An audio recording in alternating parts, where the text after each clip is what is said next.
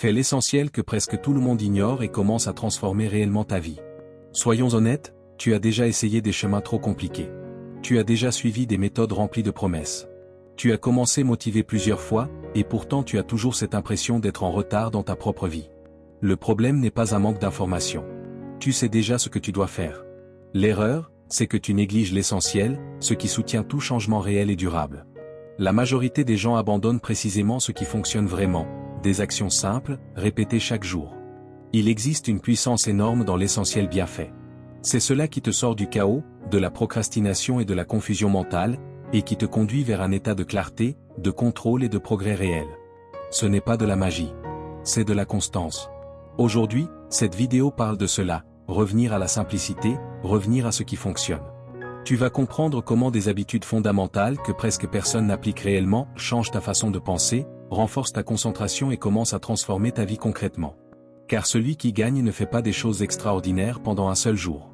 Il fait l'essentiel, tous les jours, sans faillir. La réflexion commence maintenant. Écris-le ici, dans les commentaires. Aujourd'hui, je fais l'essentiel. Je suis stoïcien. Maintenant, commençons. Numéro 1. Le fondement de tout, le sommeil. Ton corps fonctionne comme un système.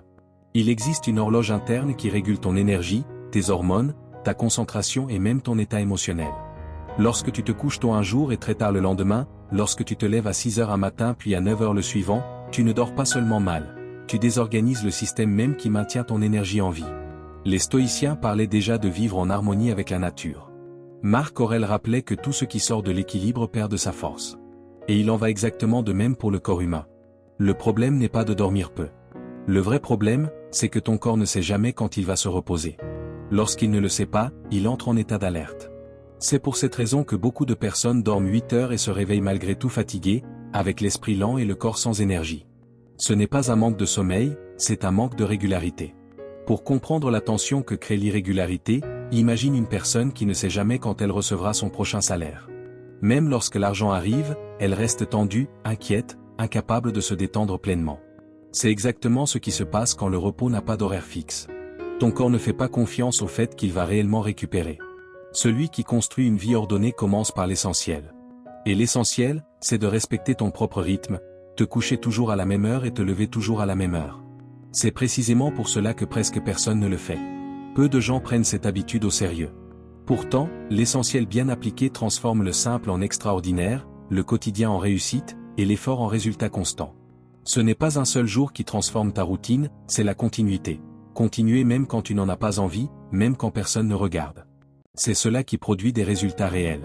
Lorsque tu n'as pas d'horaire défini, ton esprit ne s'éteint jamais complètement. Tu te couches, tu regardes ton téléphone, tu penses à tes problèmes, tu te retournes dans ton lit. Tu dors mal et tu te réveilles encore plus mal.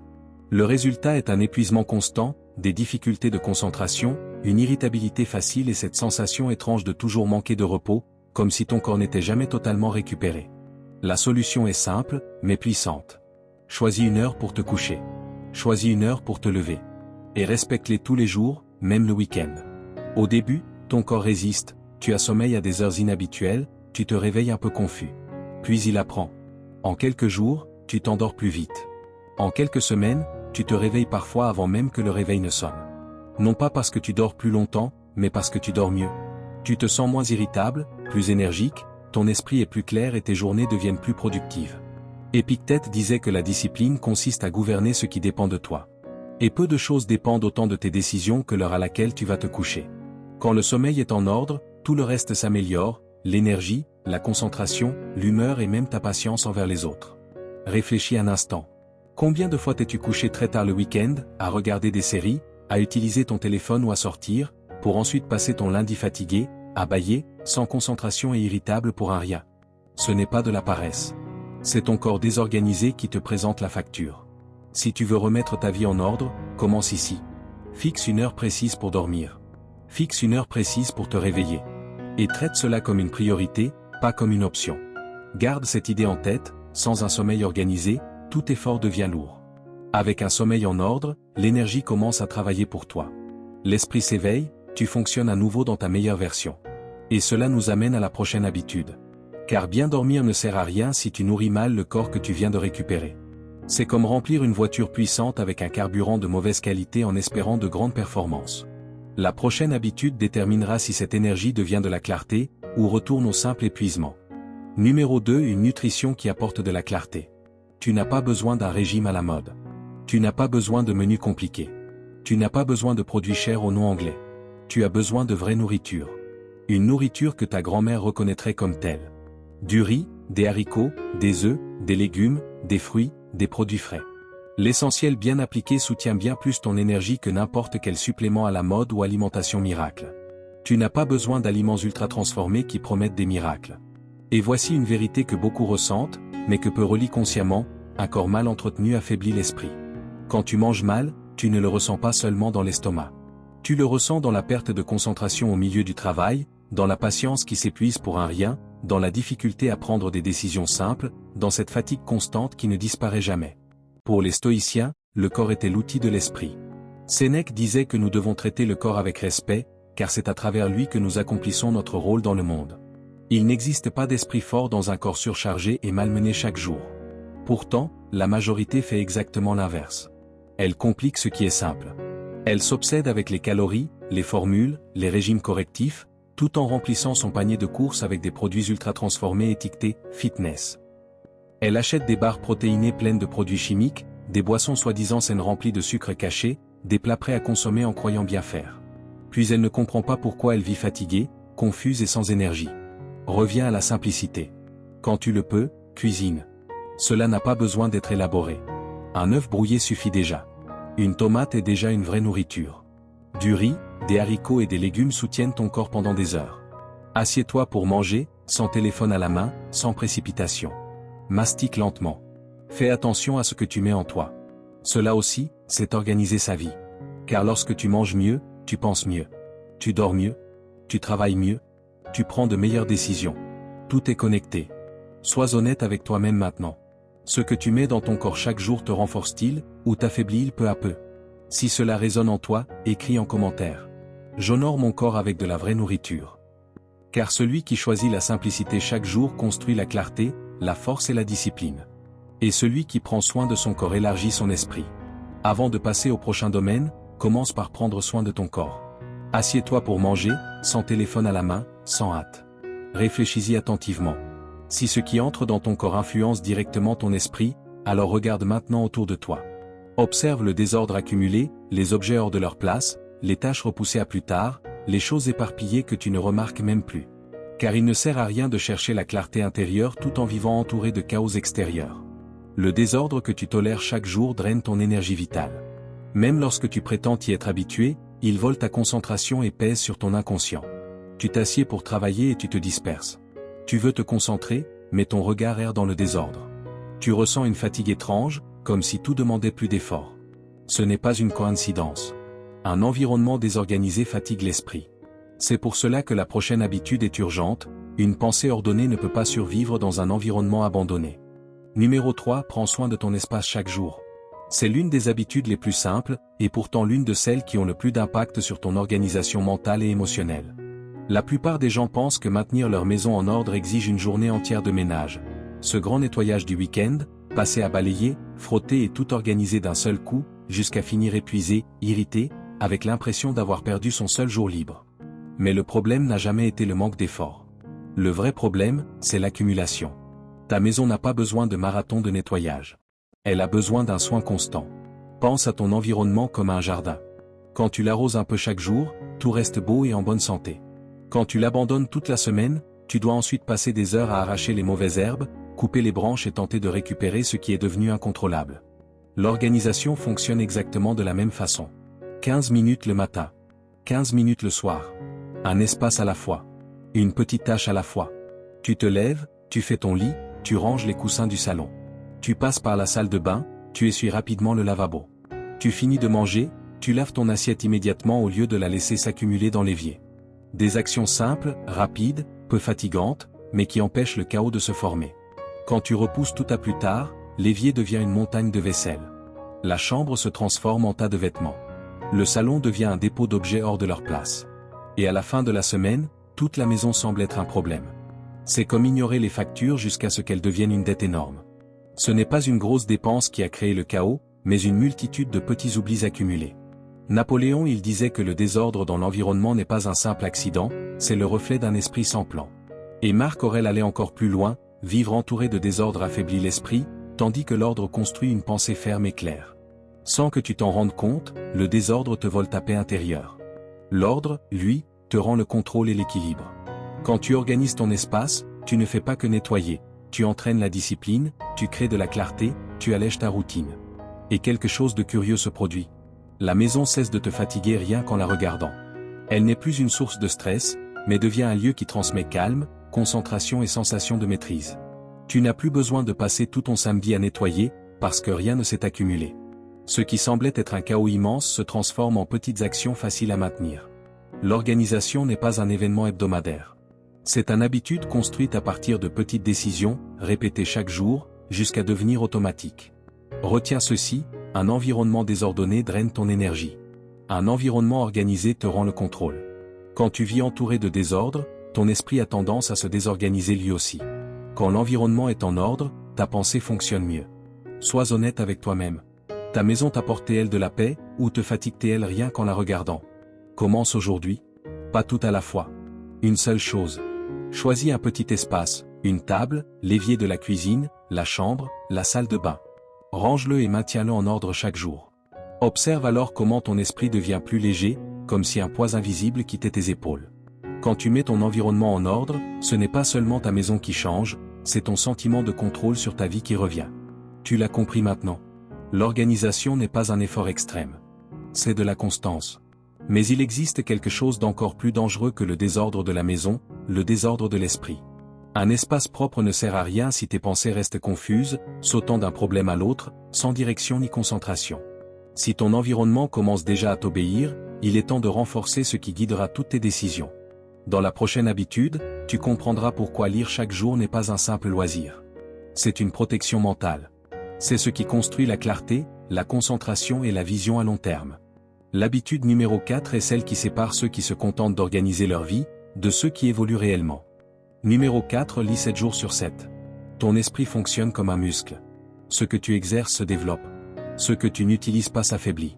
Si, chaque jour, tu nourris ton esprit uniquement avec les réseaux sociaux, des informations rapides, des vidéos courtes et des distractions, il s'habitue à la superficialité. Avec le temps, il devient impatient, perd sa capacité de concentration et commence à penser de façon superficielle. C'est pour cela que beaucoup de personnes veulent changer de vie, gagner plus d'argent, mieux gérer leurs émotions et prendre de meilleures décisions, tout en répétant sans cesse les mêmes erreurs. Le problème n'est pas un manque de volonté, mais un manque de pensée nouvelle. Lorsque tu penses de la même manière chaque jour, tu obtiens les mêmes résultats. Observe maintenant ta routine. Tu te réveilles, tu prends ton téléphone, et tu y passes des minutes, parfois des heures. Tu vois un peu de tout, un conseil ici, une phrase motivante là, une vidéo rapide ailleurs.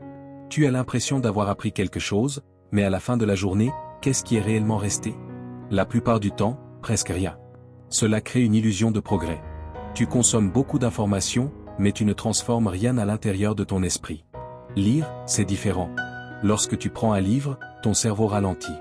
Tu imagines des scènes, tu relis des idées, tu réfléchis, tu questionnes, tu reviens sur les passages importants. C'est un entraînement profond de la pensée. Voilà pourquoi tu te souviens de ce que tu as lu calmement, mais tu oublies rapidement les vidéos regardées à la hâte. Ce n'est pas un problème de mémoire, c'est un manque de profondeur. Les stoïciens comprenaient très bien cela. Marc Aurèle écrivait et réfléchissait chaque jour à ce qu'il lisait, précisément pour organiser son esprit et transformer le savoir en action. Il savait qu'un esprit entraîné supporte des pressions qu'un esprit désordonné ne peut pas supporter. Un esprit vide panique facilement. Un esprit préparé réagit avec clarté. Pense maintenant à la différence sur plusieurs années. D'un côté, une personne qui lit chaque jour sur l'argent, les émotions, la discipline, le comportement et la vie. De l'autre, une personne qui vit en mode automatique, réagissant aux problèmes au fur et à mesure qu'ils apparaissent. Au départ, elles semblent semblables. Mais avec le temps, l'une prend de meilleures décisions, évite les erreurs répétées, progresse plus vite et souffre moins de ses impulsions. L'autre passe sa vie à éteindre des incendies. Ce n'est pas une question d'intelligence. C'est une question d'entraînement mental. Lire tous les jours n'est pas fait pour te rendre intellectuel. C'est pour construire un esprit fort. Et les esprits forts construisent des vies organisées. Vois la lecture comme une séance de sport pour le cerveau. 10 pages ne semblent pas grand-chose, Mais faite chaque jour, elle transforme complètement ta capacité mentale. 10 pages par jour deviennent 300 pages par mois. En quelques mois, tu auras lu plus que la majorité des gens en plusieurs années. Non pas parce que tu es spécial, mais parce que tu fais l'essentiel avec constance. Le savoir ne devient un pouvoir que lorsqu'il est utilisé. Mais avant de l'utiliser, tu dois le construire en toi. Et cela ne se fait pas avec du contenu rapide et superficiel. La partie pratique est simple et concrète. Choisis un livre, qu'il soit papier ou numérique. Lis-le calmement. Surligne ce qui t'interpelle. Note les idées importantes.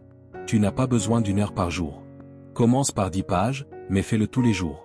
C'est cette régularité qui change ta façon de penser, tes décisions et, avec le temps, ta vie. Si cette habitude a du sens pour toi, écris en commentaire. Je lis tous les jours pour mieux penser. Car lorsque tu prends un engagement à voix haute, ton esprit commence à le prendre au sérieux. Et retiens ceci, le savoir sans pratique se transforme en frustration. La lecture sans action reste une idée immobile. La prochaine habitude est celle qui transforme tout ce que tu apprends en discipline quotidienne et en exécution réelle. Si tu veux de la clarté mentale, de la concentration et la force de ne pas abandonner au milieu du chemin, ne saute pas la suivante. Numéro 5, maintiens ton corps en mouvement. Ton corps n'a pas été conçu pour rester immobile toute la journée. Il a été fait pour bouger, activer les muscles, faire circuler l'énergie et maintenir tout le système en fonctionnement. Pourtant, regarde comment vit la majorité des gens. Ils se lèvent et s'assoient pour boire leur café. Ils s'assoient dans la voiture ou dans le bus. Ils restent assis des heures au travail devant un écran. Ils rentrent chez eux et s'affalent sur le canapé. Sans s'en rendre compte, ils ont passé la journée presque sans bouger. Puis arrive cette fatigue étrange, le dos douloureux, le corps lourd, l'esprit lent, l'irritabilité sans raison apparente. Tu te sens constamment fatigué, même sans avoir fourni de véritable effort physique. Beaucoup pensent que c'est un manque de motivation, l'âge qui avance ou simplement le stress. Mais ce n'est pas cela. Ce n'est pas un manque de force. C'est un manque de mouvement. Le corps humain fonctionne comme une machine vivante.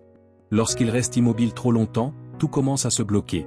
La circulation ralentit, les muscles se tendent, la respiration devient plus courte et l'esprit passe en mode ralenti. C'est pour cela que, lorsque tu te lèves après être resté assis longtemps, ton corps est raide, presque rouillé. Ce n'est pas une coïncidence. C'est ton organisme qui réclame du mouvement. Beaucoup de gens disent « Quand j'aurai le temps, je ferai du sport. Quand j'aurai de l'argent, j'irai à la salle. Quand je serai plus motivé, je prendrai soin de mon corps. » Mais le corps n'attend pas des conditions parfaites. Il a besoin de bouger maintenant. La bonne nouvelle, c'est que tu n'as pas besoin d'une salle de sport coûteuse ni de longues heures d'entraînement intensif. Tu as simplement besoin d'arrêter de vivre totalement immobile. Marcher, monter des escaliers, t'étirer, te lever de ta chaise, bouger quelques minutes, danser.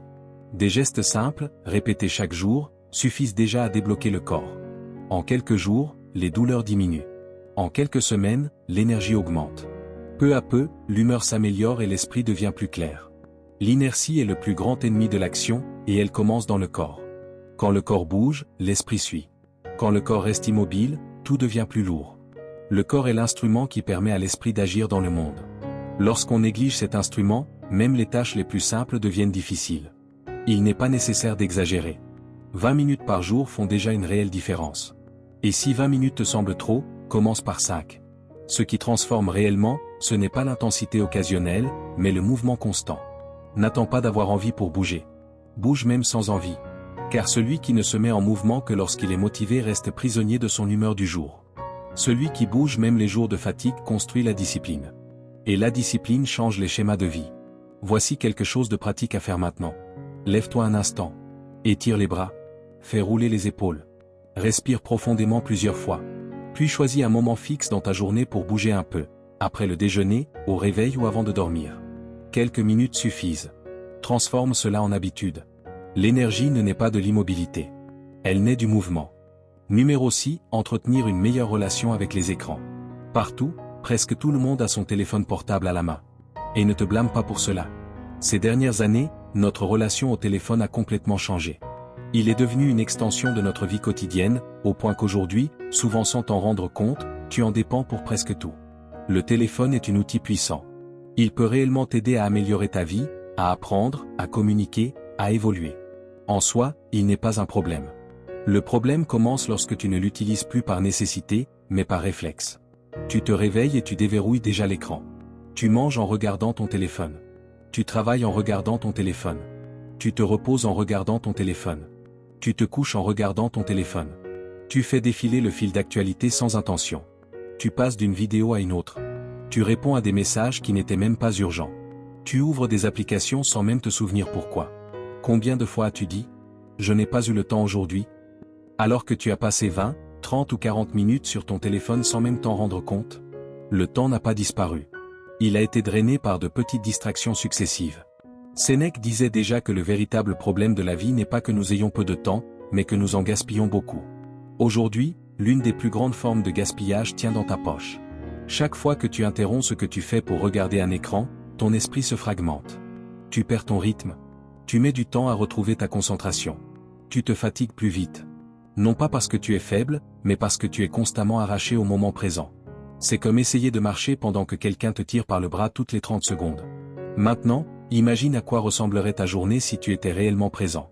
Travailler sans interruption constante. Converser en regardant les gens dans les yeux. Te reposer sans stimulation infinie. Être pleinement là, ici et maintenant.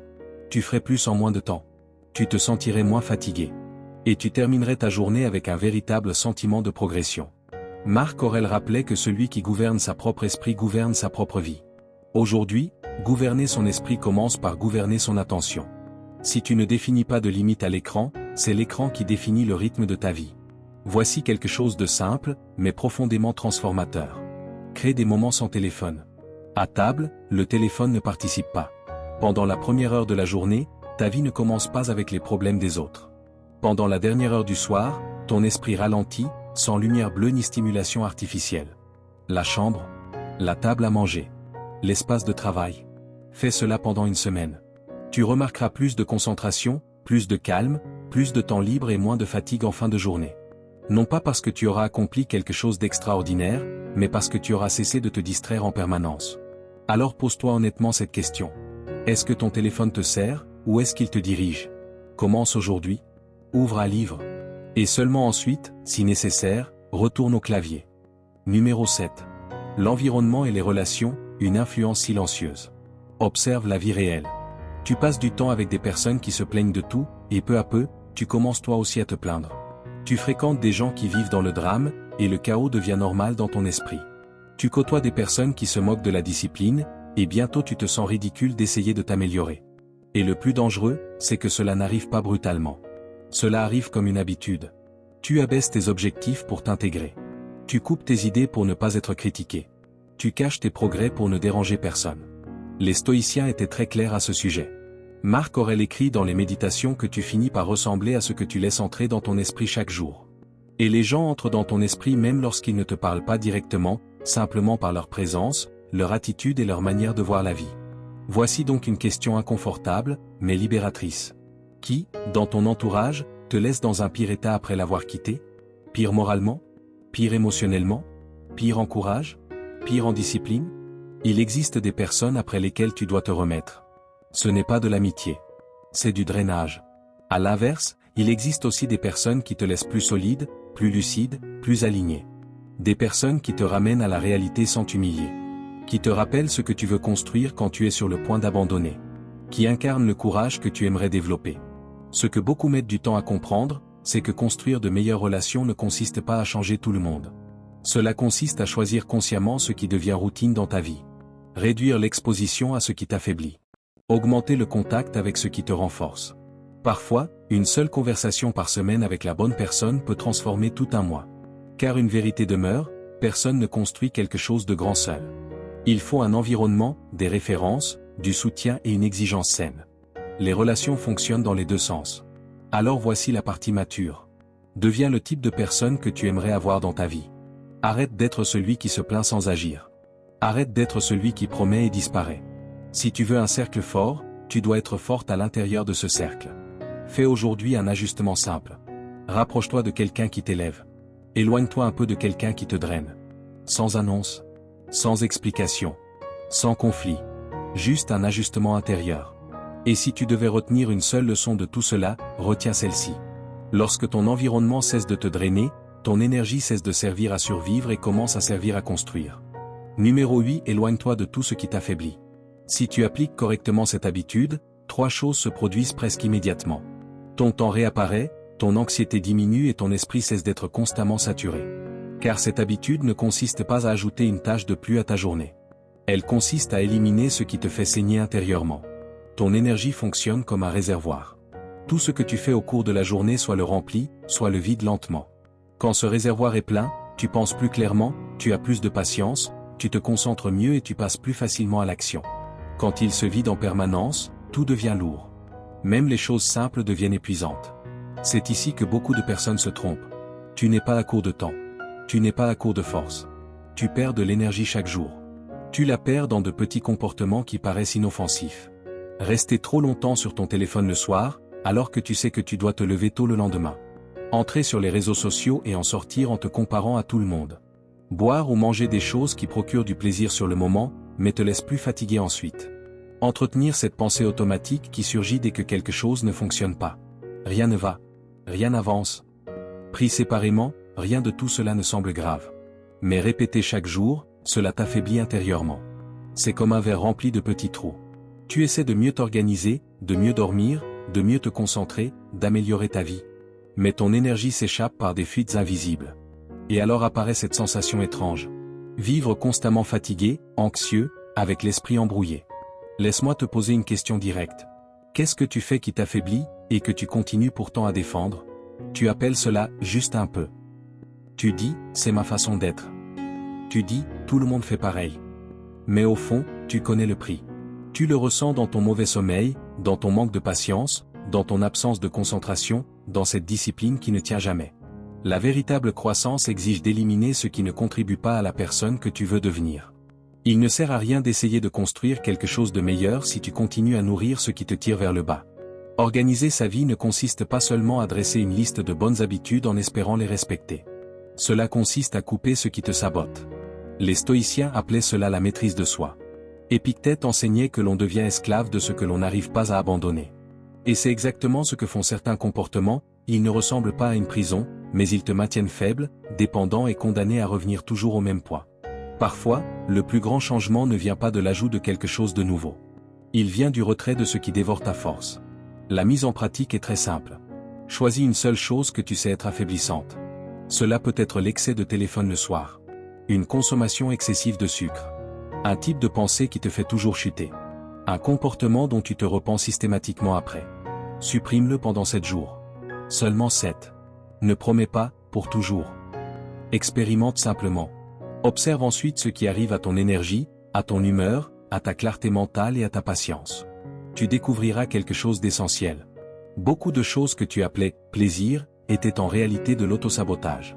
Celui qui a le courage d'éliminer ce qui le limite commence à récupérer une force qui lui était volée chaque jour. Et garde ceci en tête. Couper ce qui t'affaiblit n'est que la moitié du chemin. Il ne suffit pas de sortir du trou. Il faut aussi choisir où poser le pied ensuite. Sinon, tu supprimes une mauvaise habitude, pour tomber dans une autre. Et c'est précisément ce que le prochain Nabi va t'enseigner. Numéro 9. Renforce ta confiance intérieure.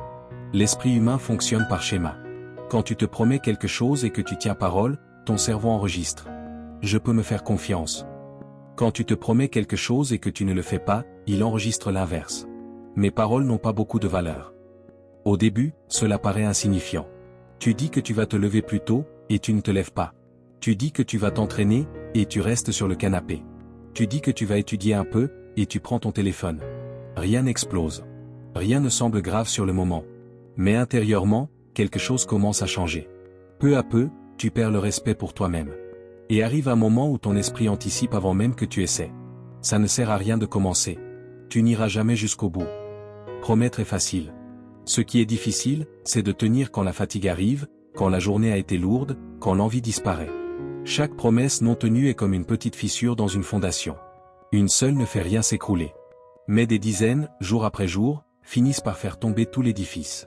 Tu peux continuer à bien parler, à faire de beaux plans. Mais sans confiance intérieure, aucun changement ne tient.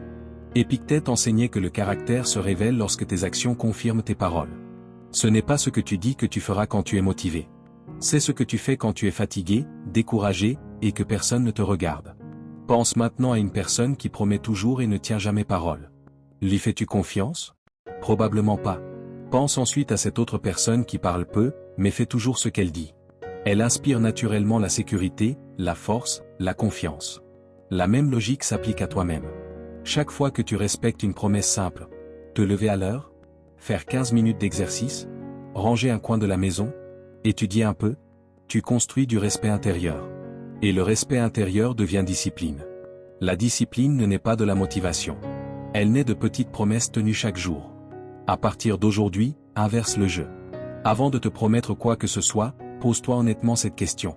Vais-je le faire même quand j'aurai la flemme? Même si personne ne me pousse? Si la réponse n'est pas un oui ferme, alors ne promets pas. Ne parle pas. Agis.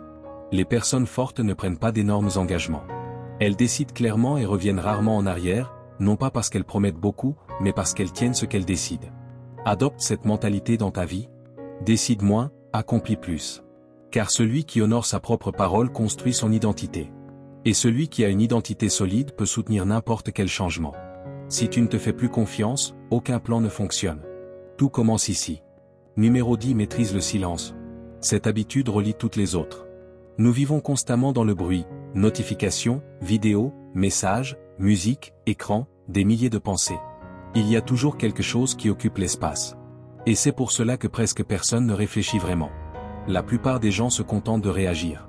Les stoïciens parlaient beaucoup de ce sujet. Sénèque disait que l'esprit a besoin de calme pour se renforcer. Dans le bruit, tu te laisses emporter par le courant. Dans le silence, tu reprends le contrôle. Nous fuyons le silence parce qu'il nous oblige à affronter notre propre vie. Mais c'est exactement là que réside la clarté. C'est dans le silence que tu prends conscience. Qu'est-ce qui te fatigue? Qu'est-ce qui te sabote? Qu'est-ce qui doit changer? C'est dans le silence que tes décisions deviennent plus fermes. Tu n'as pas besoin de méditer comme un moine. Tu dois juste créer des moments sans aucune distraction. Cela peut être 5 minutes le matin, avant de dormir ou après le déjeuner. Juste toi et ton esprit, respirant, réfléchissant, organisant. Cette habitude simple change tout. Et cela peut sembler trop simple pour produire une telle transformation. Mais sois honnête, quand as-tu été pour la dernière fois vraiment silencieux, sans téléphone, sans stimulation, sans fuir tes propres pensées, même pour seulement 5 minutes? C'est si basique. Et pourtant, moi-même, j'ai déjà passé des mois sans le faire. Mais quand j'ai changé, quand j'ai appris à rester en silence, à vivre quelques minutes sans dépendre d'aucun stimulus, j'ai pu entendre ce que mon corps et mon âme essayaient de me dire depuis longtemps. Aujourd'hui, fais ton entraînement sans écouteurs, prends un café et reste 5 minutes de plus dans la cuisine. Prolonge un peu ta douche. Peu importe le moment ou le lieu, apprends à utiliser le silence. Cette habitude simple te purifie de l'intérieur. Elle te rend plus clair. Elle t'aide à mieux réfléchir, à organiser tes pensées, à améliorer ton humeur, à prendre plus facilement tes décisions et à faire circuler ton énergie. Aucune de ces habitudes n'est compliquée. Aucune ne demande d'argent. Aucune ne requiert un talent spécial. Dormir et se réveiller mieux. Entraîner ton corps. Organiser ta routine. Tenir tes promesses. Chercher le silence. C'est évident. C'est ce que tout le monde sait et presque personne ne fait. Et c'est exactement pour cela que ça fonctionne. La majorité des gens cherchent encore la motivation, les formules rapides, les changements miraculeux. Mais ceux qui transforment réellement leur vie commencent par la base, comme une maison bien construite, solide, qui ne se termine pas en un jour, mais qui reste stable pendant de nombreuses années. Ce ne sont pas les grands coups qui changent tout d'un coup. Ce sont les petites décisions prises tous les jours. Et si tu es arrivé jusqu'ici, quelque chose en toi ne veut plus vivre comme la majorité. Quelque chose en toi désire un changement réel, vrai, construit sur le simple, le basique, ce qui fonctionne. Aujourd'hui, choisis une habitude. Juste une. Commence aujourd'hui. En quelques semaines, tu sentiras déjà la différence. En quelques mois, ta vie sera à un autre niveau. Pas par chance. Pas par magie. Par constance. Et tout changement réel commence par une décision affirmée à voix haute. Quand tu déclares un choix, tu cesses d'être spectateur et deviens responsable de celui-ci. Alors, si ce contenu a du sens pour toi, fais maintenant ce que la majorité ne fait pas. Écris dans les commentaires. Aujourd'hui, je fais le basique. Je suis stoïque. C'est ton premier pas hors du chaos et vers le contrôle. Si ce contenu t'aide, like, abonne-toi et continue de suivre la chaîne pour apprendre des habitudes simples qui changent réellement ta vie.